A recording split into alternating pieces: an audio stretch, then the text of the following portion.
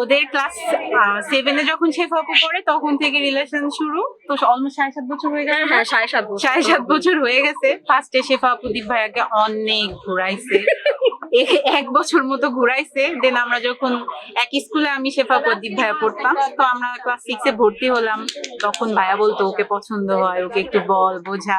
শেফা আপু আমাদের অনেক ঝাড়তো, শেফা আপু আমাদের অনেক ঝাড়তো, বলতো তোমার ভাইকে পছন্দ করি না হ্যান ত্যান। আমরা তাও রেগুলার যাইতাম, ভাইয়া তোমাকে অনেক পছন্দ করে, ভাইয়া তোমাকে অনেক ভালোবাসে।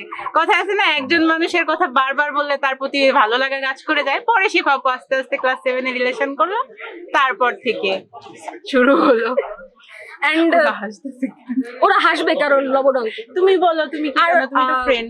আমার হলো যে শেফার সাথে বেশি দিনের পরিচয় না, ইন্টার সেকেন্ড ইয়ারে যখন আর কি করোনার পরে আমাদের আবার এইচএসসি পরীক্ষার টাইমটা আসলো, তখন আমরা অরূপদার কাছে ইকোনমিকটা পড়তাম।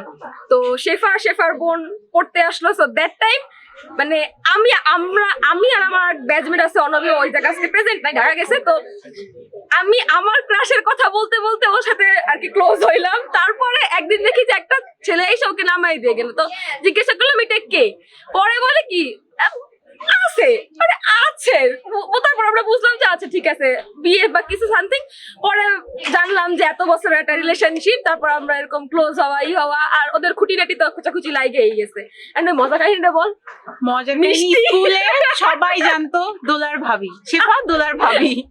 আর এরকম ছিল, ইভেন আমাদের কয়েকটা টিচারও ছিল, আমাকে দেখলি ওরা বিয়ে করতেছে কবে, তোর ভাবি আসছে স্কুলে, তোর ভাই আসছে, তোর ভাই ভাবির ভেজাল হয়েছে, এরকম সব টিচাররাও জেনে গেছে। আর মিষ্টির কাহিনী, দীপ ভাইয়া এসএসসি পাস করার পর আমাদের জন্য, মানে ওর ফ্রেন্ডদের, শেফা আপু ফ্রেন্ডদের জন্য মিষ্টি নিয়ে আসছে, ওরা মিষ্টি খাবে।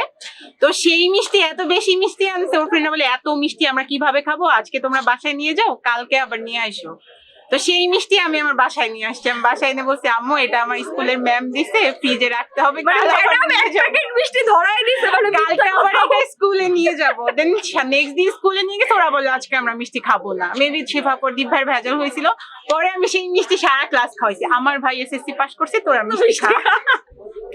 সবাই ভাবছে আমার ভাই কিনে পাঠাইছে। Finally they are getting married and good luck for them. Thank you.